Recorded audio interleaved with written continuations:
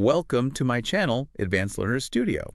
Today's podcast, English Listening Practice Podcast, topic name is How to Understand Fast English Speakers. And welcome to the Deep Dive, where we take your curiosity, your sources, and unearth the most compelling insights. Today, we're tackling a challenge that truly resonates with so many of you, the bewildering speed of native English speakers. You know, that moment when English just seems to become an overwhelming blur of sound. Our mission today is, well, it's to give you a clear roadmap, really, to turn that blur into clear, comprehensible English. This isn't about magical solutions. It's about practical step-by-step techniques, things designed to train your ears and sharpen your listening skills. Indeed. And we're eager to explore not just what makes English sound fast, but why it matters so much in your life, and crucially, how you can overcome it. Our aim is for you to move beyond simply surviving fast speech to genuinely thriving in it, opening up a whole world of richer, more meaningful interactions. Okay, let's unpack this. I think we've all been there, right? Imagine you're in the middle of a lively coffee shop conversation in New York, maybe. Or perhaps completely absorbed in your favorite American sitcom. Suddenly, the speakers around you or on screen start rattling off words at what feels like the speed of light. Sentences blur, words just mash together, and you're left nodding politely, trying desperately to catch up. Yeah, just trying to keep your head above water. Exactly. Whether it's the rapid-fire banter in a Hollywood movie or the enthusiastic pace of a talk show host, maybe even a colleague in a virtual meeting firing off ideas. This quick speech can transform comprehension into a really frustrating game of catch-up for so many learners. It really can. And what's fascinating here, I think, is that mastering fast English extends far beyond just understanding words. In our deeply interconnected world, English serves as a fundamental gateway, doesn't it? A gateway to real-life interactions that profoundly shape our personal and professional lives. That's a huge point. It's about connection, not just comprehension. Precisely. Consider the practical implications for you. Engaging in casual chats with friends from diverse countries, effortlessly absorbing the latest news through podcasts or YouTube videos. Right, without having to rewind constantly. Exactly. Fully enjoying films without hitting pause every few seconds, or confidently participating in workplace discussions where swift thinking is paramount. Without this skill, you risk missing nuances, humor, or crucial details that truly enrich communication. You miss the flavor, the real connection. You do. You miss out on full engagement. So let's get into the why. Why do English speakers talk so fast? I mean, are they deliberately trying to confuse us? Sometimes it feels that way. No, not at all. It's a common feeling, but the pace isn't intentional. It's a completely natural outcome of how the language has evolved and how it functions in everyday use. At its very heart is something called connected speech. Connected speech, okay. Think of it this way. Words aren't isolated islands. They blend into a seamless flowing stream. Unlike how you might learn them in a textbook, one by one. Exactly. When spoken slowly and deliberately, like a teacher carefully enunciating for a classroom, each word is pronounced fully and distinctly. But in authentic, rapid conversation, sounds genuinely link up. The end of one word often merges with the beginning of the next, creating these linguistic shortcuts that make speech efficient. Efficient for the speaker. Right, efficient for the speaker, yet significantly more challenging for those unfamiliar with these patterns. It's about flow and rhythm. Okay, so here's where it gets really interesting for me. These shortcuts you mentioned, they're everywhere, aren't they? Absolutely. Contractions and reductions are prime examples. They are linguistic efficiencies that shave time off pronunciation while still conveying the identical meaning. Like going and wanna. Exactly. For instance, going to frequently becomes gonna, want to, shortens to wanna, and let me transforms into let me. These aren't just slang, they're commonplace in casual English. Part of the standard toolkit. Completely standard. And then there are further reductions like and becoming just and fish and chips, or have to morphing into have to. You have to hurry. These expedite things even more. Picture hearing, what are you gonna do? All right. To an untrained ear, it might sound like, what I gonna do? Turning a straightforward question into an auditory puzzle. What I gonna do? Yeah. Yeah, I can hear that. It definitely compresses things. It does, and it's happening constantly. And then there's the rhythm aspect you mentioned earlier. How does that fit in? Ah, yes. That's another key factor. The intrinsic rhythm and stress patterns of English. Unlike certain languages with even syllable timing, think of Japanese, for example, English is stress-timed. Stress-timed? It means stressed syllables occur at fairly regular intervals, like beats in music, boom, boom, boom. While the unstressed ones, they get compressed and spoken quickly in between. So the important words get the beat. Generally, yes. Common words like the and or of are often mumbled or reduced because the primary emphasis falls on the content words, the nouns, verbs, adjectives, the words carrying the main meaning. This creates a distinctive musical ebb and flow. Envision a talk show host emphasizing crucial points, Hitting the key words. while smoothly gliding over the connecting words. The result: speech feels quick because so much information, especially the grammatical stuff, is conveyed within those unstressed segments. They just fly by. So it's not just the mechanics of the language itself, but also where you hear it too. The culture and region play a part. Indeed. Cultural distinctions play a considerable role. The pace of speech varies by region. Americans often speak with a brisk, energetic clip, maybe influenced by diverse urban environments and media like talk radio. Right, think New York City pace. Exactly. British English, while perhaps having a more measured rhythm sometimes, features intricate linking, for instance. Law and order often sounds like law and order. The words just melt together. Law and order. Australians contribute a distinct lilt, maybe incorporating rising intonation and vowel shifts that can make words like today sound like toity, all delivered at a lively tempo. Toity. Wow. Yeah. And Canadians might soften T's, making butter sound like butter. These variations aren't random. They are shaped by history, local environment, social norms. In multicultural settings, like global workplaces, you might even encounter a blend of these styles. Adaptability becomes absolutely essential. So it really is a global language with lots of local flavors affecting speed and sound. It truly is. Understanding these underlying elements demystifies fast speech. It's not about your lack of skill. It's an inherent aspect of the language's design and its global spread.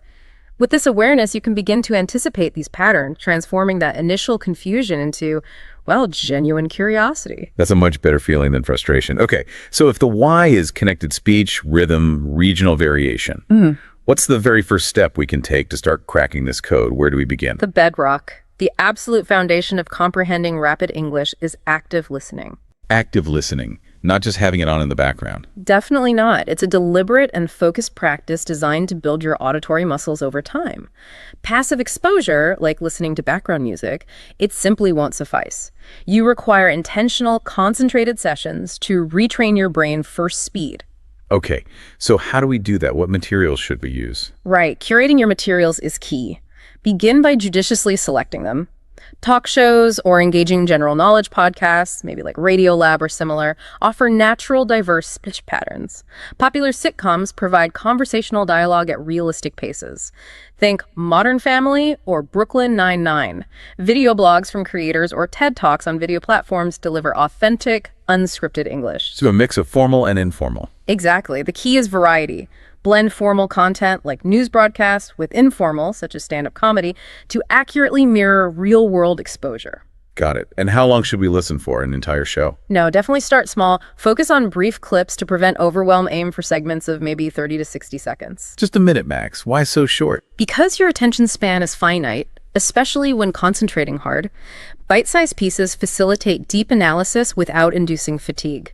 Select a clip, perhaps a monologue from a comedian elaborating on a joke, or a short news report. Okay, short clips, then what? Just listen over and over. Use a multi-pass approach. Listen once for the primary idea. What is the overarching topic? Don't stress over granular details just yet. Get the gist. Okay, first pass, main idea. Second pass. Actively search for specific information. Who is involved?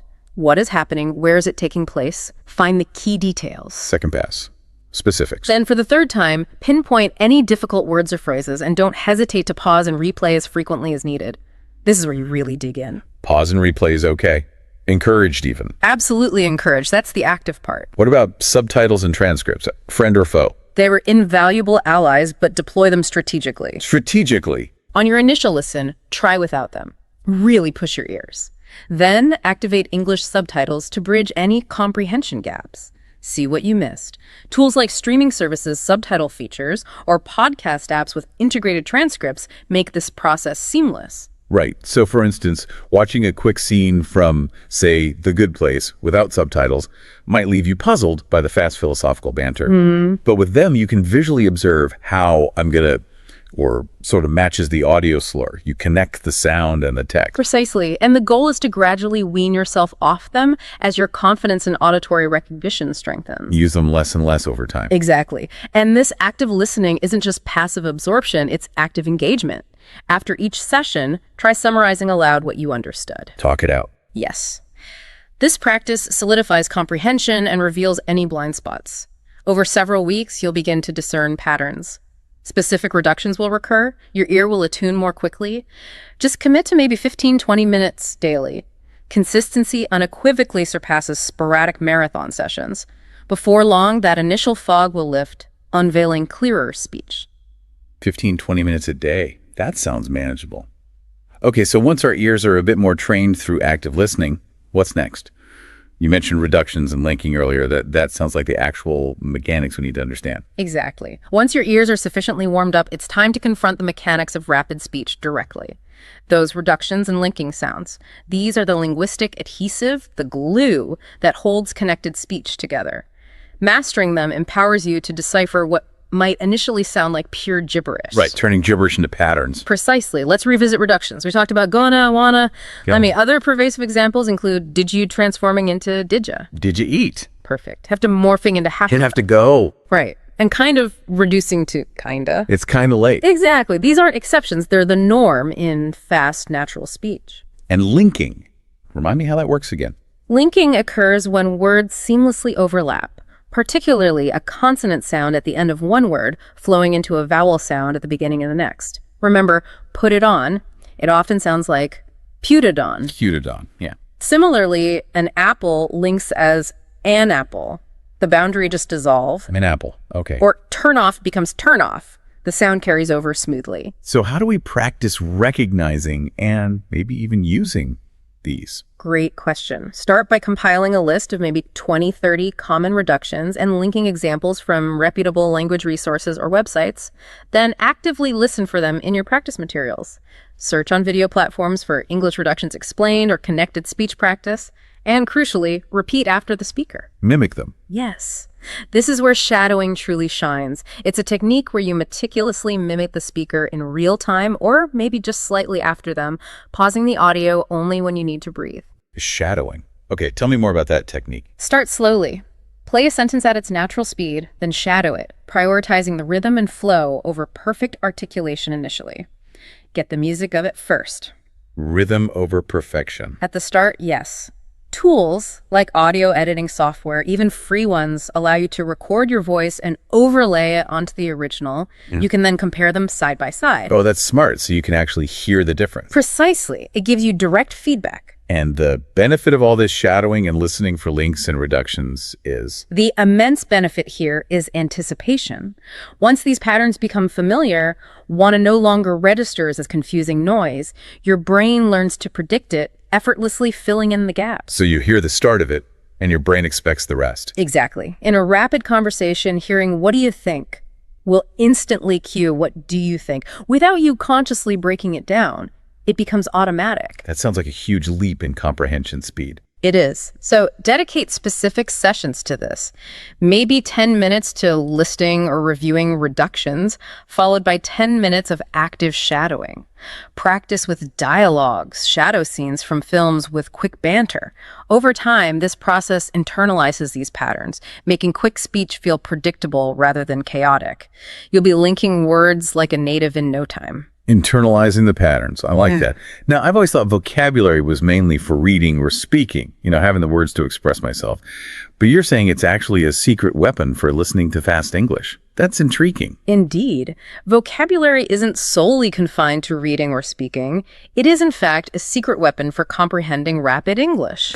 When words are spoken at speed, a robust mental dictionary empowers you to recognize them instantaneously. This significantly reduces your cognitive load. If you already know the word well, your brain doesn't have to work hard decoding the sounds, it just clicks. So less mental energy spent on figuring out what the word is. Exactly. And why is this so important for speed? Fast speech inherently relies on contextual clues. Isolated words are rare. If your vocabulary is restricted, you'll inevitably falter on unfamiliar words, causing you to miss the overall flow, but strategically expanding it will cause your comprehension to surge. Prioritize high-frequency words first, those within the top 1,000, like however, actually, instead, probably. They appear constantly in spoken English. Focus on the most common ones first. Makes sense. But what about phrases? This is crucial. Shift your focus to collocations and word chunks. These are prepackaged phrases that native speakers use holistically, like building blocks. Word chunks, like what? Phrases like at the end of the day, meaning ultimately. Okay. Kind of like introducing examples, filling pauses or checking understanding. On the other hand, contrasting ideas. These chunks are pronounced as unified units in rapid speech. And importantly, they often undergo reduction themselves. Think kind of like, or a thin dove day. A thin dove day. Right. So you hear it as one blob of sound almost. Exactly. Learning these as complete wholes means recognizing a thin dove day as one familiar concept rather than fragmenting it into 5 individual words. It's much more efficient for your brain. That's a real game changer for processing speed. How do we build up this library of chunks? Build this through immersive practice. Read transcripts of fast-paced talks or general discussion deep dives and highlight these recurring chunks. Utilize flashcard applications, maybe Anki or Quizlet, with integrated audio clips to reinforce them. Hear piece of cake within its context, then repeat it. Hear it, see it, say it. Precisely. And practice by predicting. Listen to a short audio clip, pause, and attempt to guess the next chunk of words based on the context. Like if someone says, we need to weigh the pros and, you might predict cons. Exactly. In a business deep dive, after hearing, despite the challenges, you might anticipate, we managed to. This predictive practice trains your brain to think ahead. How many should we aim for? Aim to learn maybe 10, 15 new items weekly, could be single words or chunks, reviewing them daily. Consistency is key for retention, the immense payoff. This educated guessing becomes second nature. In a rapid talk, hearing sort of seamlessly blended into the next word won't derail you. You'll latch onto the familiar phrase and effortlessly continue tracking the meaning. Vocabulary building transforms listening from word hunting into meaning grasping. Making even the fastest speakers accessible. I see that now. Okay. But English isn't just one sound, is it? It's a whole world of accents. How does that factor into understanding fast speakers? Seems like another layer of difficulty. It absolutely is another layer, and a vital one to address. English is far from monolithic. It's a rich global tapestry of accents, each possessing its own unique tempo and linguistic quirks. American English might clip vowels briskly. British received pronunciation often flows with precise linking, while Australian English frequently add a bouncy, upbeat rhythm. Ignoring this diversity means limiting yourself to only one flavor you need to practice broadly for true adaptability. So why do different accents pose such a challenge, especially with speed? Well, pronunciation itself varies considerably. We mentioned Americans saying schedule for schedule, while Brits say schedule. Australians might flatten A sounds, so dance sounds like dance. Canadians often soften T's to beads, making butter sound like butter.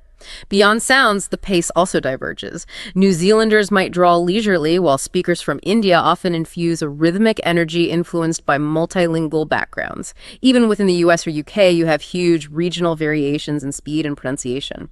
So it's vowel sounds, consonant sounds, rhythm, pace, lots of variables. How do we get exposure to all of this? Broad exposure is absolutely critical. You need to diversify your resources intentionally. For American accents, try publicly funded news deep dives or classic animated sitcoms. For British, tune into national news broadcasts or acclaimed detective series. For Australian, maybe consider children's animated shows or interviews with prominent actors from the region. For Canadian, explore popular comedies. And beyond those main ones. Definitely incorporate global Englishes. Via international news interviews, maybe from channels like France 24 English or DW News, or vlogs from Southeast Asian creators. Get a taste of English from Singapore, India, the Philippines. How should we approach listening to these different accents? Start with just 1 to 2 minutes per accent daily, applying the active listening principles from phase 1. Don't try to master them all at once. Cultivate adaptability by noting these differences. Maybe keep a listening journal. Journaling the differences, like how water sounds different. Exactly. Note the American water versus the British wata. Practice shadowing across various accents too, even if it feels strange at first. This trains your auditory flexibility. Over time, your ear will adjust, and a fast-speaking Australian deep dive host won't faze you after ample exposure. In our interconnected global environment, this comprehensive approach prepares you for pretty much any English speaker. Building global ears. I like it. Okay, this next step sounds a bit counterintuitive for learners, maybe even radical. Don't try to catch every word. Isn't that the goal? It's such an important mindset shift. And yes, it feels counterintuitive, but perfectionism is truly the enemy of progress when it comes to understanding rapid English. Think about it. Even native speakers themselves frequently miss individual words in everyday conversations. Someone mumbles, there's background noise, yet they maintain understanding through contextual clues. Okay, so natives don't catch everything either. That's comforting. Not always, no. So you must shift your mindset. Aim for the general meaning, the gist, rather than striving for absolute granularity. Trying to catch every single the or a is exhausting and unnecessary. Focus on the bigger picture, the main message. Exactly. Prioritize grasping the overall meaning first. In a fast-paced film scene, focus on comprehending the primary emotion or key plot point, not every single adjective. Remember, keywords, the nouns and main verbs carry roughly 80% of the communicative load. In a sentence like, the meeting was canceled because of the storm, hone in on meeting, canceled, and storm. Meeting cancels the storm. But Got it. context naturally fills in the remaining details. Severe weather certainly implies a disruption. Your brain does this automatically if you let it. So how do we train that skill of filling in the blanks? Trusting our intuition more. You can actively train your ability to fill in the blanks. Try listening to audio where parts are deliberately garbled or muffled. Some apps might help. Or you could even try listening with slight background noise and then inferring the missing information. Alternatively, midway through a clip, cover the subtitles if you're using them, and attempt to predict what comes next based on context. This actively builds your predictive brain power. Like predicting the next word chunk we talked about earlier. Precisely. Research from linguists clearly shows that experienced listeners employ top-down processing, using prior knowledge and context to anticipate and predict speech, rather than just relying on bottom-up sound decoding. Top-down versus bottom-up. Interesting. Practice this approach in realistic scenarios. During a deep dive, make a mental note of 3 to 5 keywords per segment, then summarize what you heard. It is perfectly acceptable to misfunction words like the or and their grammatical glue, not core content. This reduces anxiety, allowing you to relax into the flow. Gradually, you will find yourself catching more information without conscious effort, transforming partial understanding into more complete comprehension. Relaxing into it. That seems key. Okay, we live in an age of incredible technology. What tools can we use to make this process easier, to really enhance our learning journey? Oh, technology is a massive help here. It democratizes listening practice, allowing you to precisely control the pace and access a wealth of aids specifically tailored for learners. Start with speed adjustment features. Most video platforms, YouTube included, have playback speed controls. The 0.75x playback option slows down fast videos without distorting the audio too much. So listen at 0.75x first. Yes, listen at that reduced speed to meticulously unpack reductions and linking, really hear how sounds merge, then gradually ramp back up to 1x normal speed. Many media players and podcast apps offer similar controls. That ability to slow down without making it sound like a robot seems crucial. What about more specialized tools? Specialized language tools significantly amplify this. Certain platforms like LingQ or ReadLang allow you to import audio or text with clickable transcripts, highlighting unfamiliar words and linking to dictionaries. Dedicated speaking apps like IELTS Speak can analyze your pronunciation through shadowing exercises, giving instant feedback on your mimicry, even comparing it to native speed and intonation. Feedback on shadowing. That's useful. Very. And many popular podcast apps like Pocket Casts or Overcast include transcripts and variable speed settings directly within their interface, making practice very convenient. What about tools for finding examples of words or phrases in context? Right. For truly immersive practice, consider video platforms like FluentU with interactive subtitles, or Youglish. Youglish lets you search for specific phrases within millions of YouTube clips.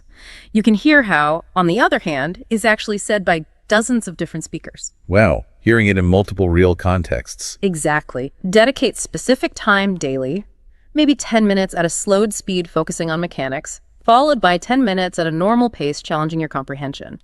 Technology acts as a crucial bridge, building your stamina until normal listening speed begins to feel entirely natural. Technology is a bridge. Great analogy. Okay, theory is one thing, but nothing beats real-life practice, right? Right. How do we get that crucial human interaction to put all these skills to the test? Precisely. Theory unequivocally meets reality in life practice. Nothing hones your rapid listening skills quite like unscripted, spontaneous conversation. You have to dive in. Actively seek out language exchange partners. Various mobile apps like Tandem or HelloTalk connect you with native speakers worldwide for free. Online tutoring platforms like italki or Preply offer dedicated conversation tutors for more structured practice. Numerous online communities, perhaps on Discord or Reddit, also host voice chats specifically for language learners. There are many options out there. And when we're in these conversations, it can be intimidating. It can be, but embrace the natural flow. And importantly, do not hesitate to ask, could you please repeat that? Or, sorry, what did you mean by? Native speakers genuinely appreciate your effort and will readily rephrase or slow down a bit. They want to communicate with you. So it's okay to ask for clarification. We shouldn't feel bad about it. Not at all. It's part of the learning process. Build your confidence incrementally. Begin with low-stakes topics like hobbies, food, travel, and gradually progress to more complex discussions or friendly debates as you feel more comfortable. Start simple. Build up. What about reviewing these calls? If permissible, and if the platform allows, recording your calls for later review can be very beneficial. Replay any rapid segments to thoroughly analyze what was actually said using the techniques we've discussed. Aim for maybe weekly 30-minute sessions.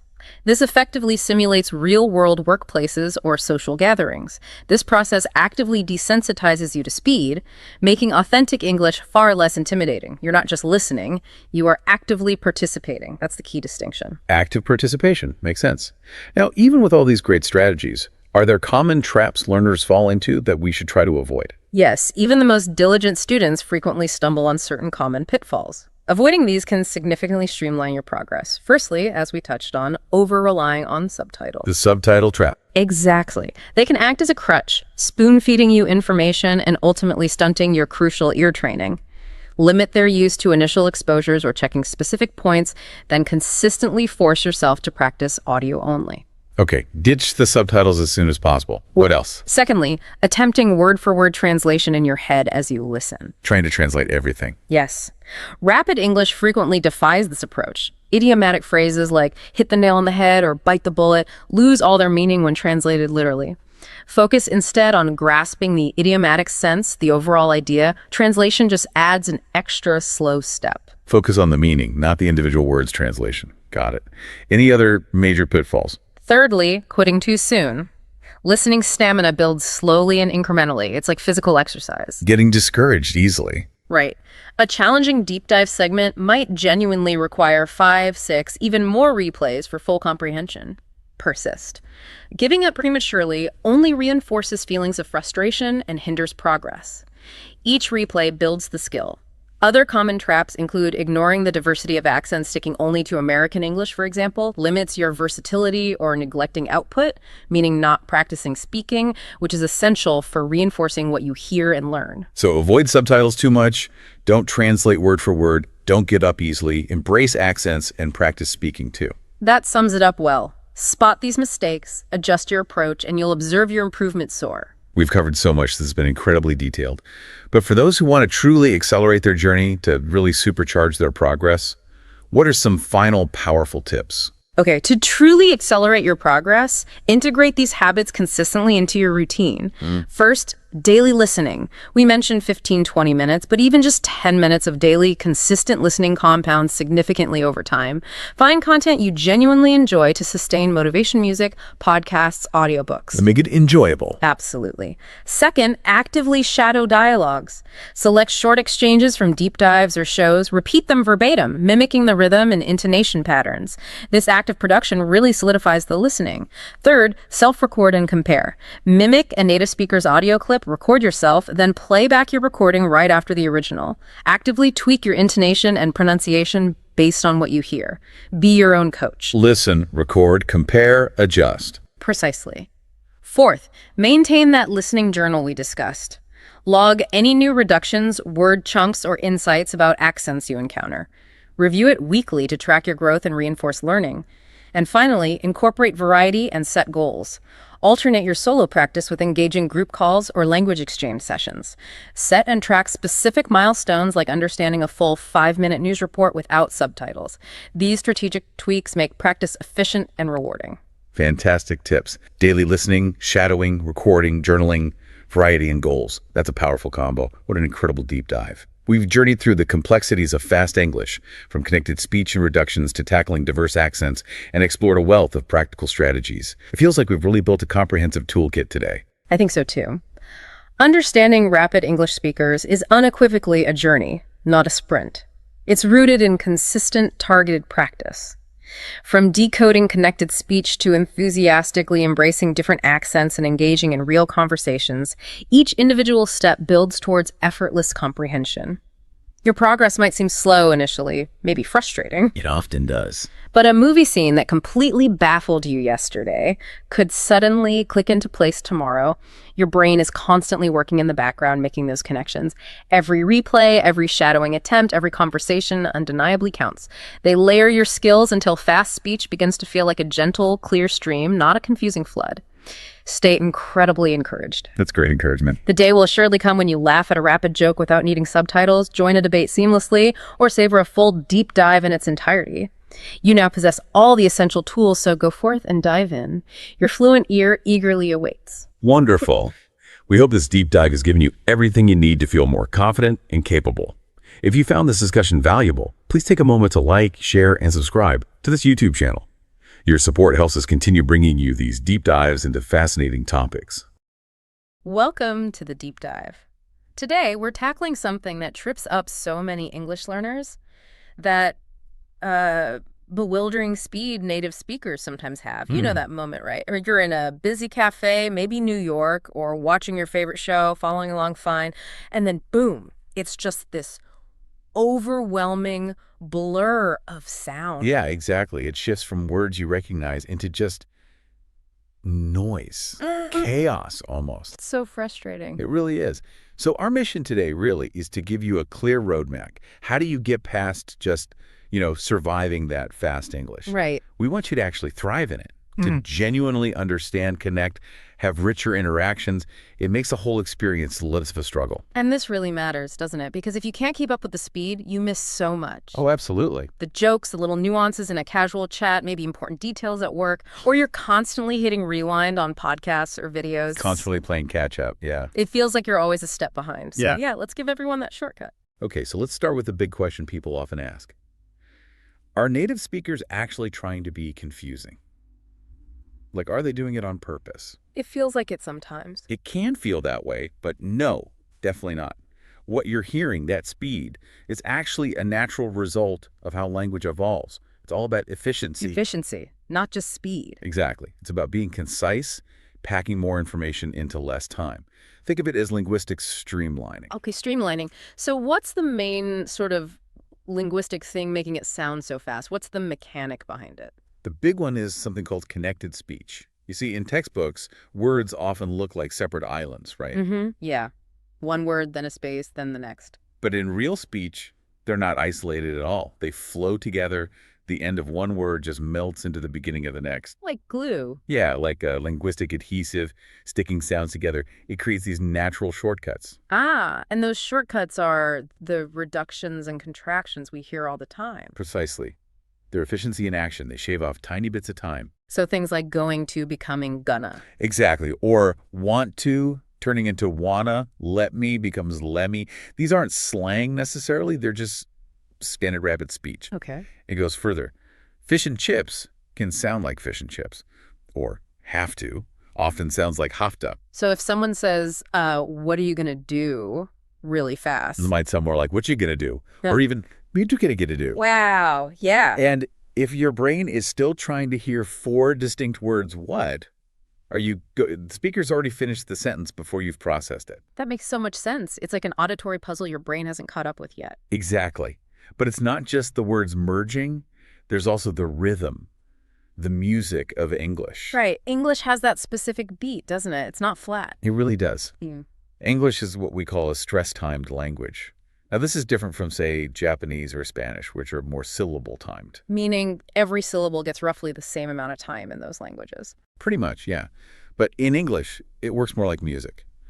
The stressed syllables, usually the important words like nouns, main verbs, adjectives, they land at fairly regular intervals, like beats in a song. Okay, so the important stuff gets the emphasis, the beat. Exactly. Those words carry the core meaning. And the other words, the little unstressed ones like the a of or to, they get squeezed in between those main beats. So they kind of fly by. They really do. They get compressed, reduced, sometimes almost swallowed. This creates that characteristic ebb and flow of English. Important words stand out. Filler words rush past. So training your ear means listening for the beats, not trying to catch every single tiny word. That's a huge part of it, yes. Catch the rhythm, catch the main words. Okay, but then, just to make it even trickier, Yeah. that rhythm and speed isn't the same everywhere, is it? No, definitely not. Regional variation is massive. You absolutely need adaptability. Like Americans often sound quite fast, right? That energetic pace. Yeah, think of that classic New York City clip. Very energetic. British English, on the other hand, has really intricate linking sometimes. Law and order can sound almost like lower rand order. Wow. Australians have their own distinct vowels and rhythm that sort of lilt. Today might sound more like toity. Canadians might soften their taff sounds, so butter sounds like butter. So the takeaway is you need flexible ears. You can't just learn one fast English. Exactly. Adaptability is key. Your auditory range needs to be wide. Okay, understanding the why, the efficiency, connected speech, the rhythm, that definitely helps demystify it. But, if I'm still struggling just to make sense of the noise, where do I even start? Is just like having Netflix on in the background enough? Probably not, no. Passive exposure like that, just having it on, it rarely does the trick for this specific skill. Okay. The foundation you need is active listening. It has to be focused, deliberate practice. You're essentially retraining your brain to process speech differently, faster. Retraining the brain. Okay, so how do I do that actively? What kind of material should I use? Variety is really important here. You need a mix. Don't just stick to one thing. Right. Blend formal stuff, maybe news broadcasts, with very informal things. Sitcoms are great, think Modern Family or Brooklyn 99. Stand-up comedy, talk shows, podcasts like Radiolab, stuff where people talk naturally and quickly. So mirror the real world's variety. Exactly. And don't try to tackle huge chunks at once. Binge watching a movie might feel productive, but it often leads to fatigue, and you just end up passively reading subtitles. Ah, right. So shorter bursts are better. Much better. Start small. Yeah. Focus on really short clips like 30 seconds, maybe 60 seconds max. This lets you go deep without getting overwhelmed. Okay, short clips. Then what? Just listen over and over. Well, yes, but with a strategy. We call it layered listening. It's a multi-pass approach. You're listening. Okay, tell me more. So first pass, Yep. just listen. Don't stress. Yeah. Try to get the main idea, the overall topic. What's it generally about? The gist. Okay, get the gist. Second pass, listen again. But this time, actively hunt for specific bits of information. Who's talking? What are they talking about? Where is this happening? The key details. Then, only in the third pass, or maybe even fourth, do you really zoom in. Pinpoint the exact words or phrases that are tripping you up. Pause the audio. Replay that tricky bit several times. Okay, break it down layer by layer. I like that. What about subtitles? Are they good or bad? I always worry I rely on them too much. That's a common concern. Think of subtitles as, well, strategic allies, not a permanent crutch. Okay. Try your first listen without any subtitles. See what you can catch just by ear. Then, if you're still lost or want to confirm things, switch on the English subtitle. English ones, not translation. Right. This is crucial. It lets you see the connection. You see the word sort of written down, and you hear the speaker say sorta. It connects the sound blur to the actual words. Ah, I see. So it helps map the sound to the text. Exactly. But the goal is always to gradually use them less and less. You want your ears to do the work. And you mentioned consistency. Is it better to do a little every day? Absolutely. Unequivocally. 15, maybe 20 minutes of focused, active listening every single day will beat sporadic, hours-long marathon sessions every time. Consistency builds the pathways in your brain. Got it. Daily practice, short clips, layered listening, strategic subtitles, that's the foundation. That's the foundation. And one more tip here. After you listen, try summarizing aloud what you understood, even just a sentence or two. It really solidifies comprehension. Good idea. Okay, so once we have that foundation, we need to tackle those specific mechanics head on, right? Those reductions and the linking sounds. Exactly. Now we move beyond just hearing them to really internalizing them. We talked about gonna and wanna, but they're more advanced ones you hear constantly. Like what? Think about questions. Did you? Very often becomes did ya? Like, did you see that? Or what do you becomes would I? What do you think? Oh yeah, I hear that all the time.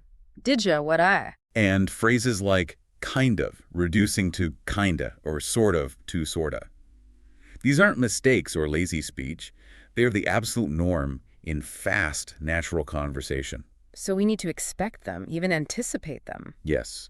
And also practice recognizing how words link together, especially a consonant sound at the end of one word flowing into a vowel sound at the start of the next. Can you give an example? Sure. Think of put it on.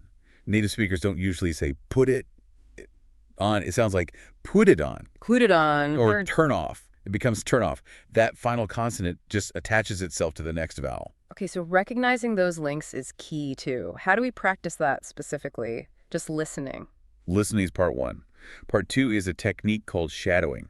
This is incredibly powerful. Shadowing, like being a shadow. Exactly. You listen to a short piece of audio and you try to mimic the speaker in real time or maybe just a split second behind them, like an echo. Wow, that sounds difficult. Do I need to get every word perfect? Not at first. Initially, the main goal is to capture the rhythm, the intonation, the flow, the music of it. Don't worry so much about perfect pronunciation right away. Get the melody first. Get the music. I like that. Yeah. And you can use tools to help. Record yourself shadowing, then play back alongside the original. You can hear where your rhythm matches and where it doesn't.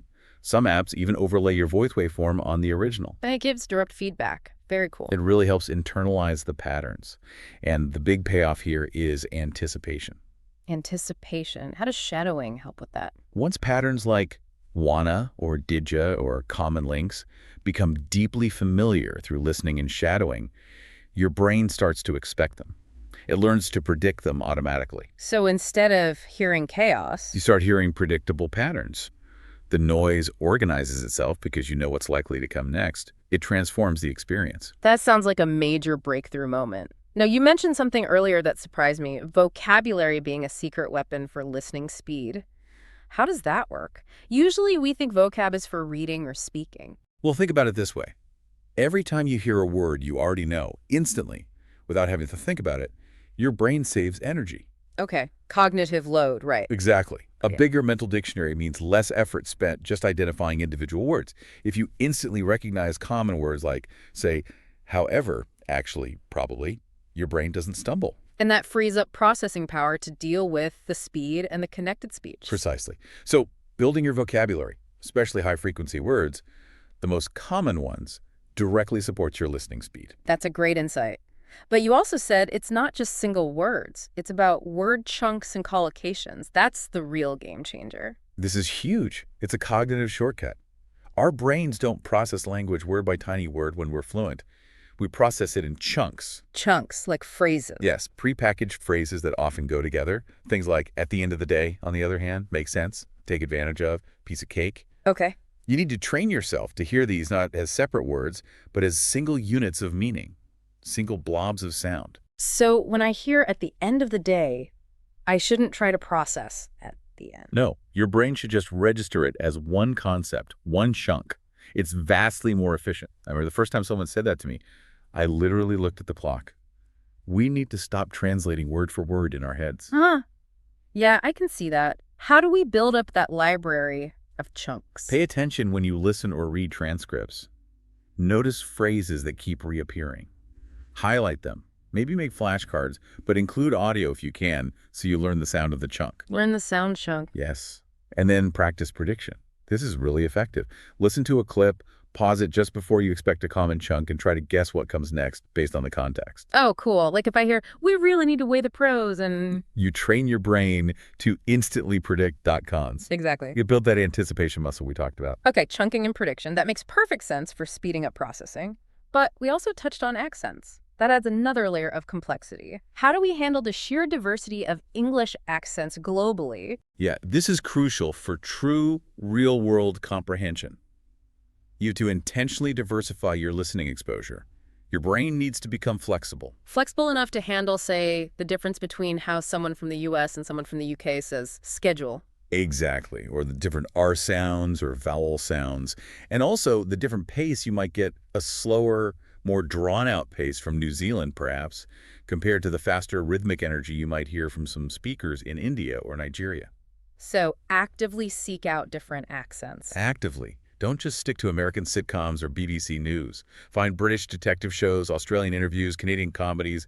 Look for global English sources too. News channels like France, 24 English, vloggers from places like Singapore or the Philippines. How much time should we spend on this? It sounds like a lot. Start small, maybe just 1 or 2 minutes per accent each day. Apply that layered listening approach. And maybe keep a little listening journal. A journal. To track what? Just note down interesting differences you hear. How does water sound in this accent versus that one? Or important. It's not about memorizing rules for each accent. It's about training your ear's flexibility, making it more adaptable. Training flexibility, not memorizing dialects. Got it. Now, you mentioned a mindset shift earlier that sounds really important, especially for reducing anxiety around this. Gist over granularity. Yes, this is critical. Perfectionism is your enemy when listening to fast speech. You absolutely have to let go of understanding every single word. Really? Even native speakers miss words. All the time. Especially the little function words. We fill in the gaps using context without even realizing it. So you need to shift your goal. Aim for the overall meaning, the main message, the gist. Don't sweat the small stuff. Okay, so don't panic if I miss a word like the or of. Definitely not. Instead, learn to prioritize keywords. The important words again. Exactly. Focus your attention like a laser on the content words, the nouns, the main verbs, the adjectives, the adverbs. They carry probably 80% of the actual meaning. So in a sentence like, the meeting was canceled because of the terrible storm. You log on a meeting, canceled, storm, maybe terrible. Your brain is incredibly good at filling in the rest of the was because of using the context in your knowledge of grammar. This is called top-down processing. Using what you already know to fill in the blanks. Precisely. And you can actively train this skill too. Wow. Try listening to something where the audio quality is deliberately a bit muffled or unclear sometimes. Or watch a video clip with subtitles, then cover the subtitles halfway through. Force your brain to guess, to infer the missing information based on what came before. It's challenging, but it builds that predictive top-down power. That's a clever exercise. Okay, we live in an age of tech. What tools can really help bridge the gap between learning these strategies and applying them to real-world speed? Technology is a fantastic assistant here. Start simple with features already available on most platforms. Speed control. Slowing it down. Exactly. Use the playback speed settings on YouTube, Netflix, podcast apps. Slow it down to maybe 0.75x speed. This gives you that little bit of extra time to carefully unpack the connected speech, the reductions. Hear how did you becomes did ya. And then gradually speed it back up. Yes, as you get comfortable, nudge it back towards 1x, maybe even slightly faster sometimes to push yourself. Are there more specialized tools beyond just speed control? Oh, absolutely. There are some great platforms. Youglish is fantastic. You type in a word or a phrase like kind of or at the end of the day, and it searches YouTube and shows you thousands of real video clips where people say that exact phrase naturally. Wow, so you get massive exposure to how it sounds in real, unscripted context. Exactly. Hearing it across many different speakers and contexts is invaluable. Then there are apps like Elsa Speak, which focuses more on pronunciation and shadowing. You can actually listen to you mimic a phrase and give you feedback on your rhythm, intonation, and how close you are to a native speaker's delivery. Instant feedback on your shadowing. That's powerful. It really helps fine-tune things. Tools like LingQ also have features like clickable transcripts where you can instantly look up words and hear them pronounced within the context of the audio. So lots of tech help available, but tech and exercises are one thing. Eventually you have to face real people talking fast, right? You do. Theory and practice exercises need to meet reality. And that means finding opportunities for real-life practice in unscripted conversation. Where can people find that? Language exchange apps are great for this. Things like Tandem, HelloTalk, online tutoring platforms like italki connect you with native speakers, even finding voice chats on platforms like Discord and communities related to your interests. Okay, find real conversations. But what happens when you're in that fast conversation and you get lost? It's intimidating. It is. But you have to embrace imperfection. Seriously. Yeah. It's always okay to ask for clarification. So don't just nod and pretend you understood. Please don't. Native speakers are usually very happy to help someone who's making an effort. Just say something simple like, sorry, could you say that again? Or could you repeat that a bit slower? Or, sorry, what did you mean by that word phrase? It's better to ask than to miss the whole point. Way better. And another tip. If it's appropriate and the other person agrees, maybe try recording your online conversation sometimes. To analyze later. Exactly. You can go back and listen closely to those super fast segments that confused you in the moment. Try to break them down using the strategies we've discussed. Aim for maybe one decent conversation practice session a week, even just 30 minutes. It helps desensitize you to the speed over time. Desensitize. Yeah, get used to it. Okay, before we wrap up, are there any major pitfalls Common mistakes learners make that really hold back their progress with listening speed. Yeah, there are a few big ones we see often. First, the subtitle trap we mentioned. Relying too heavily on subtitles, especially translated ones, completely stunts your ear training. Use English ones strategically for checking, then turn them off. Okay, limit the subtitle crutch.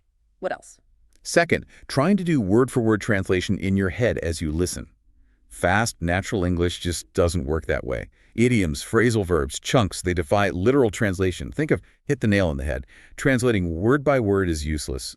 You need to grasp the overall idiomatic sense. Focus on meaning, not literal words. Got it. Third, and this is maybe the biggest one, quitting too soon. Building listening stamina and speed takes time and repetition. You might listen to a difficult 30-second clip 5, 6, even 10 times before it starts to make sense. That's normal. Don't get discouraged and give up. Persist through the replays. Persistence is key.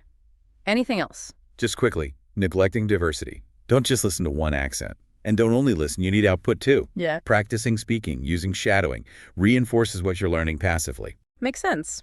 Input and output working together. Wow, this has been incredibly thorough. We've covered so much ground, from why English sounds fast, the linguistics behind it, all the way to active listening strategies, tackling reductions, using tech, finding real practice, and avoiding those common traps. It feels like a complete toolkit. That's the goal, to give you that toolkit. And remember, the progress you want comes from that consistent focused practice. It really does. That movie scene or podcast segment that sounds like pure noise today. Honestly, it could suddenly click into place tomorrow or next week after focused effort. So keep at it. Absolutely. Every time you do a layered listening exercise, every shadowing attempt, every conversation you brave, every replay of a tough section, you're layering those skills. You're building those neural pathways. Eventually, that confusing flood of sound starts to feel more like a manageable, clear stream. From a flood to a stream. I like that image. Stay encouraged. Yeah. You really do have the strategies now. It's about applying them consistently. Fantastic advice. And maybe a final thought for everyone listening. Mastering rapid English isn't just about English, is it? The underlying skills you practice here, things like active engagement, noticing patterns, breaking down complexity, consistent effort, adapting to variation. These are universal learning principles. That's a great point. They'll help you learn almost anything more effectively. So the journey to understanding fast English actually equips you for lifelong learning in whatever domain you choose. Go forth and dive in.